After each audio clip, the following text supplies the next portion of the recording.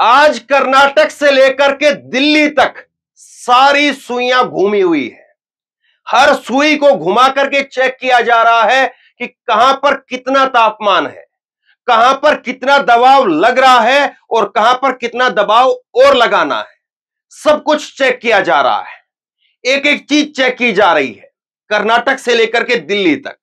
कर्नाटक में एक तरफ कर्नाटक में 26 दल इकट्ठा हो रहे हैं। आज उनकी प्रेस कॉन्फ्रेंस होगी, शाम को सामने आएगा कि 2 दिन की इस बैठक में क्या हासिल हुआ, आगे क्या करेंगे। और एक तरफ जो है वो 38 दलों की, नरेंद्र मोदी जो कहते थे मैं अकेला सब पर भारी, वो 38 दलों की बैठक करेंगे दिल्ली के अंदर। लेकिन आज के इन अखबारों में कुछ दिलचस्प छपा है। क्या छपा है दिलचस्प, वो मैं आपको बताता हूं।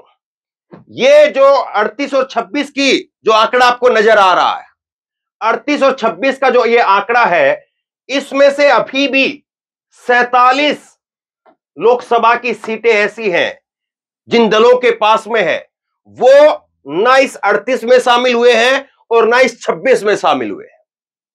कौन कौन सी पार्टियां हैं वो मैं आपको आगे बताता हूं, और वो पार्टियां किसके साथ जाएंगी।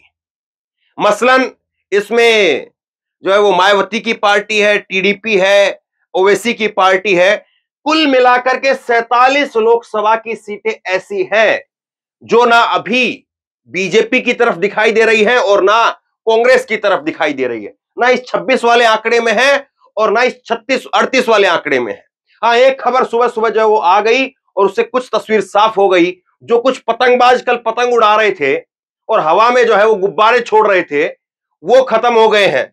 ये सुबह सुबह का जो है वो आज का ट्वीट है। 7:49 पर एएनआई ने ट्वीट किया और कहा कि शरद पवार बेंगलुरु में अपने घर से, मुंबई में अपने घर से बेंगलुरु की विपक्ष की बैठक के लिए निकल चुके हैं। 2 घंटे बाद आती खबर कि बेंगलुरु के अंदर वो पहुंच गए हैं। तो यानी शरद पवार जो है वो इस 26 वाले दल में शामिल हैं। शरद पवार पहुंच गए हैं। वो जो पतंग उड़ाई जा रही थी वो पतंग खत्म हो चुकी है, उनकी पतंग कट गई है। अब लेकिन अभी 26 और 38 और शरद पवार का जब नाम लेते तो याद वो भी आता है। प्रफुल्ल पटेल ने क्या कहा था जो अजीत पवार के साथ है। प्रफुल्ल पटेल ने कहा था कि 17 दल, मैं जब पटना गया मुझे हंसी आई कि 17 दल जो इकट्ठा हुए थे, उन 17 दलों में से 7 दल ऐसे थे जिनका लोकसभा में एक भी सांसद ही नहीं है। ये प्रफुल्ल पटेल ने कहा था। मैं आपको थोड़ा सा लिख करके दिखाता हूं। 17 में से 7 ऐसे हैं जिनका लोकसभा के अंदर कोई सांसद ही नहीं है। यह बात जो है वो प्रफुल्ल पटेल ने कही थी। लेकिन अब इस 26 और 38 में से किसका कितना सांसद है वो देखिए। विपक्ष के 26 दल है और 26 में से 10 दल ऐसे हैं जिनका लोकसभा में सांसद नहीं है। यानी 63% ऐसे हैं जिनके सांसद हैं। अब देखिए, ये जो 38 है, 38 में से यहां पर जो है वो 24 दल ऐसे हैं जिनका लोकसभा में सांसद नहीं है। 38 में से 24, यानी ये जो है वो, ये जो है 41% कुल ऐसे हैं जिनके सांसद हैं। तो ये जो प्रफुल्ल पटेल और बाकी जो लोग गए हैं उनको जवाब मिल गया होगा कि कौन सा दल, कौन सा गठबंधन, बीजेपी का गठबंधन या कांग्रेस का गठबंधन, वो कितना मजबूत है। कांग्रेस के गठबंधन में 63% ऐसी पार्टियां हैं जिनके लोकसभा के अंदर सांसद हैं, जबकि बीजेपी के गठबंधन में केवल 41% ऐसे दल हैं जिनके लोकसभा के अंदर सांसद हैं।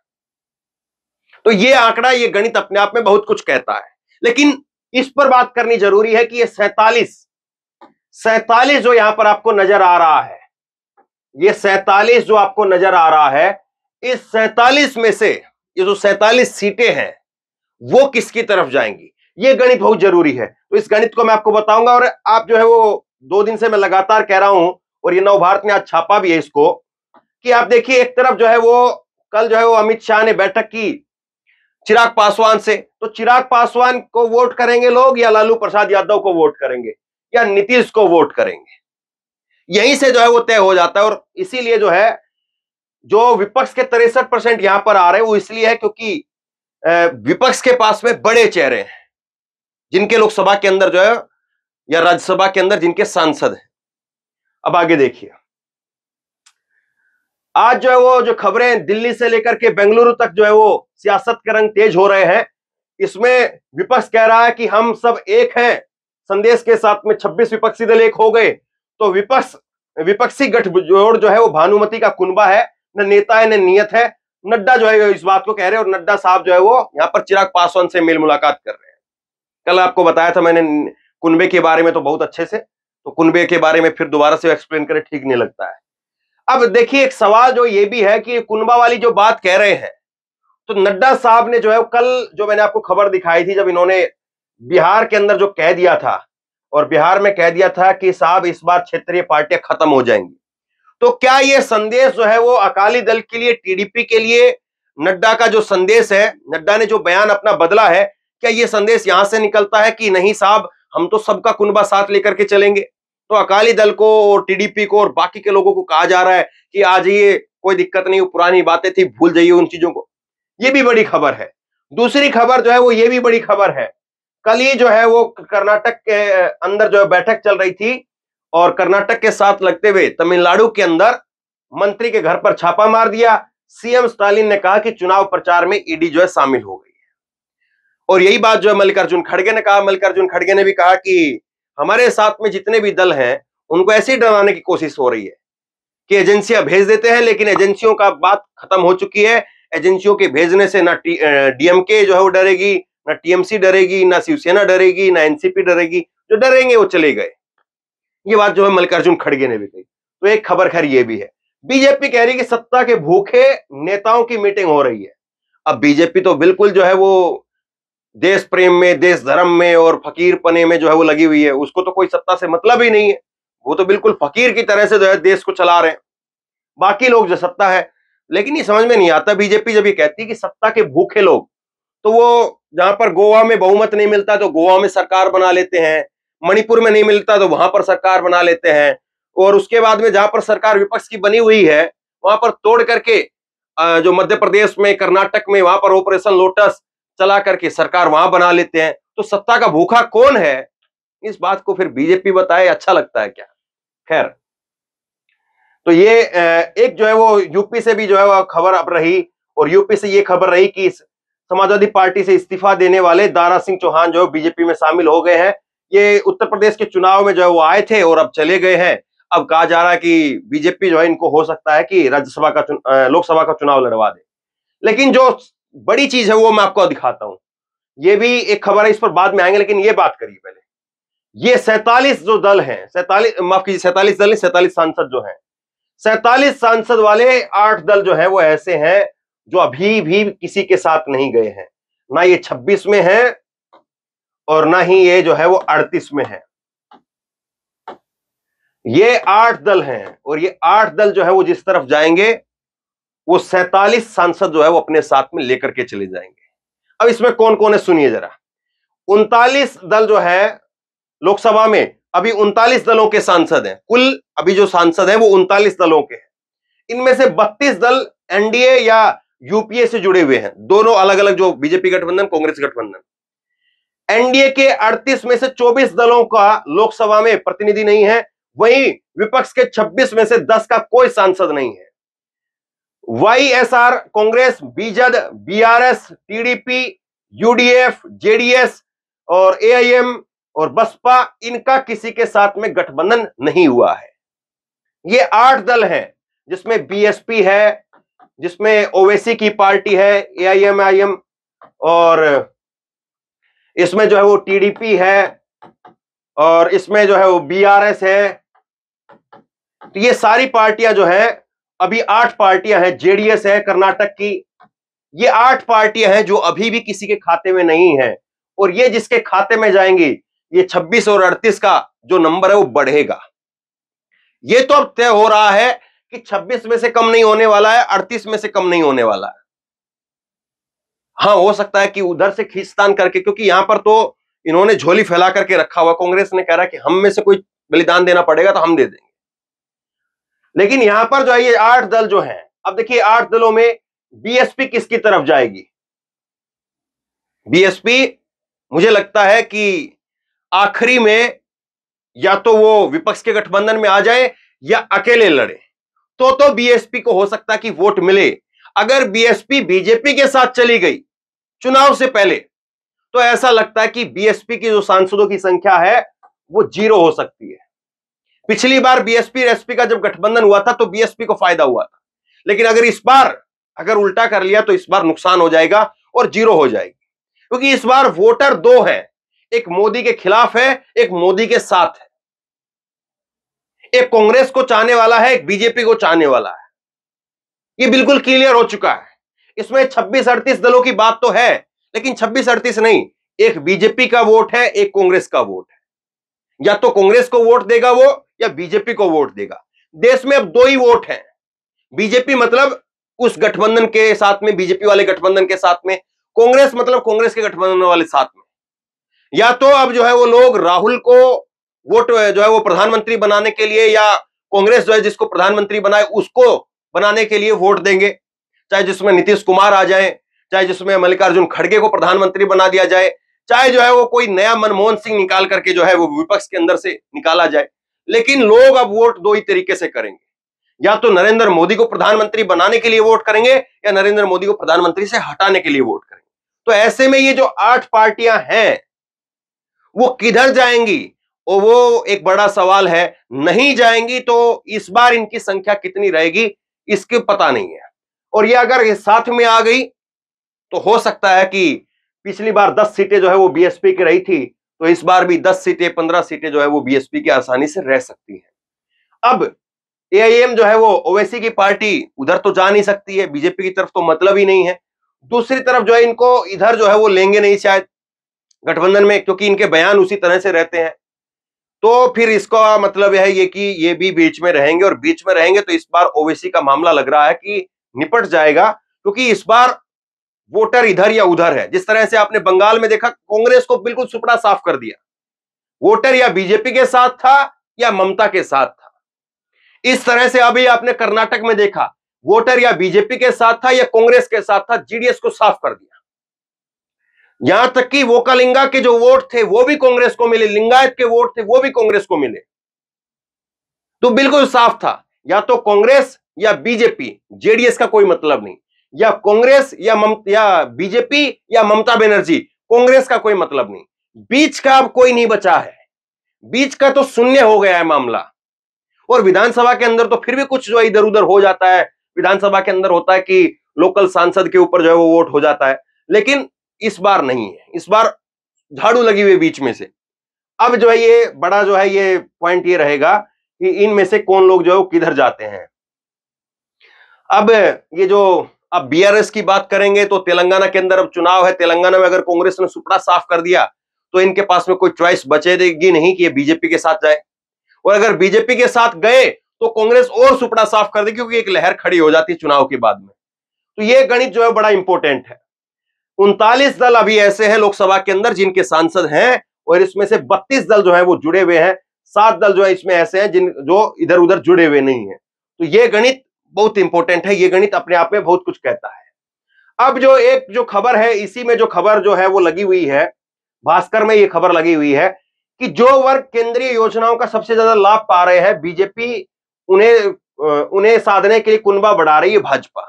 यानी किसानों को जैसे कि 2000 रुपए दिया जा रहा है, या उज्ज्वला योजना है, या 5 किलो अनाज है, जिन लोगों को मिल रहा है ये सब, उनको साधने के लिए बीजेपी जो है वो अपना कुनबा बढ़ा रही है। ये भास्कर की खबर कहती है। लेकिन इस खबर की जो काट है वो मैं आपको दिखाता हूं, वो आपको इस खबर में देखिए, हिंदुस्तान की खबर आप देखिए।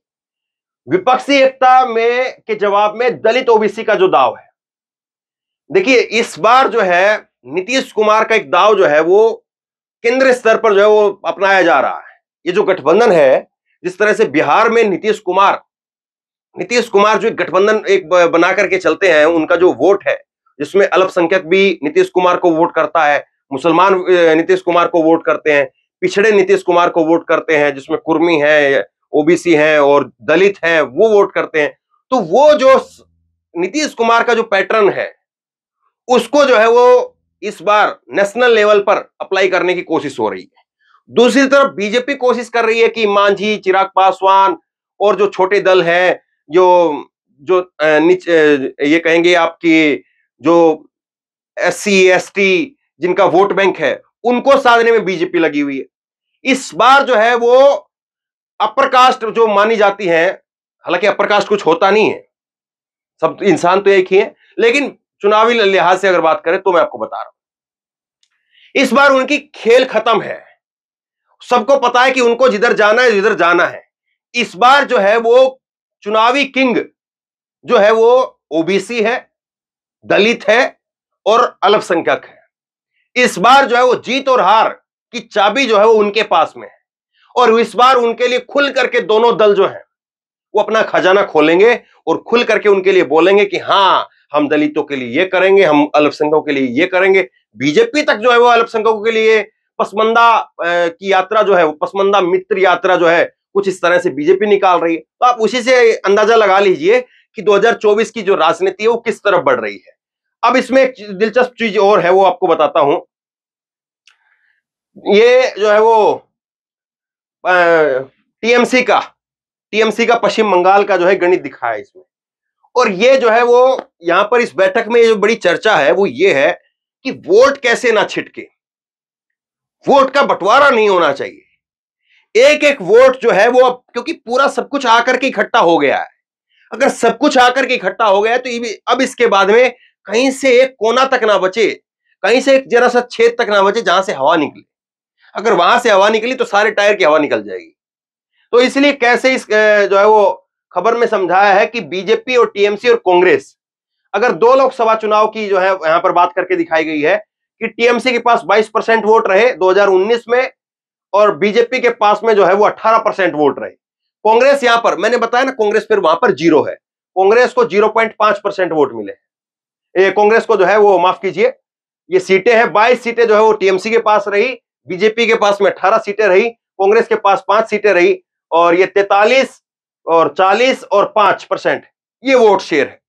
दूसरा ये यहां पर जो है वोट शेयर आप देखिए, टीएमसी के पास में 2021 के अंदर अगर वैसे देखिए ये जो स्थिति दिखाई है 2021 में, तो ये जो विधानसभा का चुनाव हुआ है उस हिसाब से कि कितनी लोकसभा में कौन जीत रहा है, तो 34 सीटें जो है वो टीएमसी को मिल रही है, 39% वोट शेयर रहा।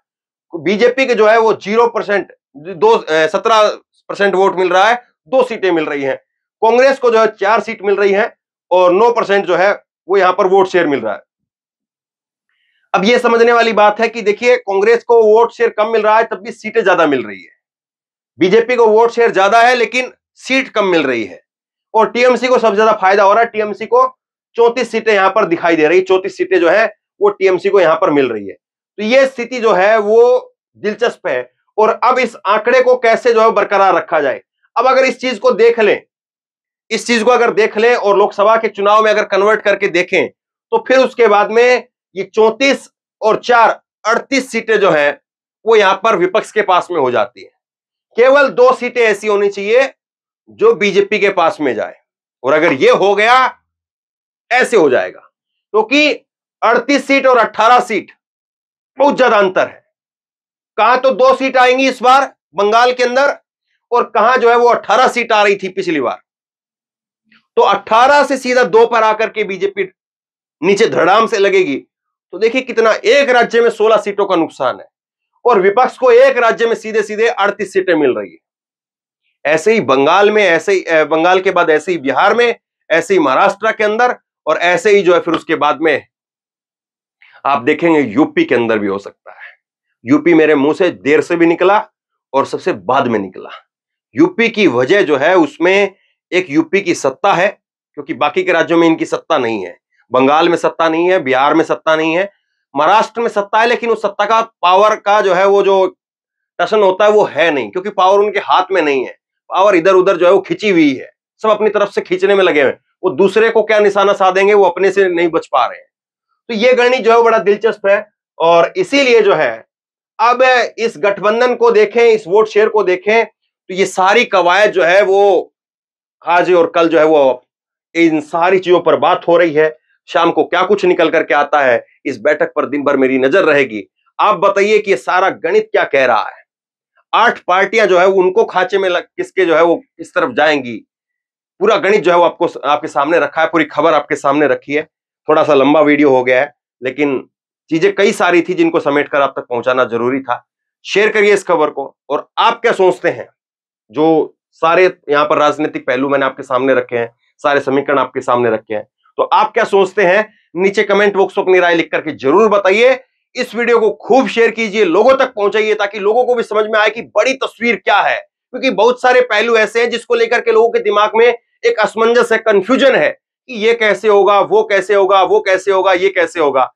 तो कोशिश करूंगा कि कई सारे पहलू हैं, बहुत सारे पहलू हैं, जाहिर सी बात है एक दिन में नहीं खत्म होंगे, लेकिन धीरे धीरे जो चीजें आ रही है निकल करके सबको आप तक पहुंचाने की कोशिश करूंगा। शेयर करिए इस खबर को और इसी तरह की तमाम खबरों के लिए ऑनलाइन न्यूज इंडिया को सब्सक्राइब कीजिए। साथ में जो बेल आइकन है, घंटी है, उसको जरूर दबाइए, ताकि जैसे कोई खबर अपलोड करें उसकी नोटिफिकेशन सीधे सबसे पहले आपको मिल सके। और अगर फेसबुक पर ये वीडियो देख रहे हैं तो फेसबुक पर हमारे पेज को लाइक कीजिए, फॉलो कीजिए और इस खबर को शेयर कीजिए। धन्यवाद।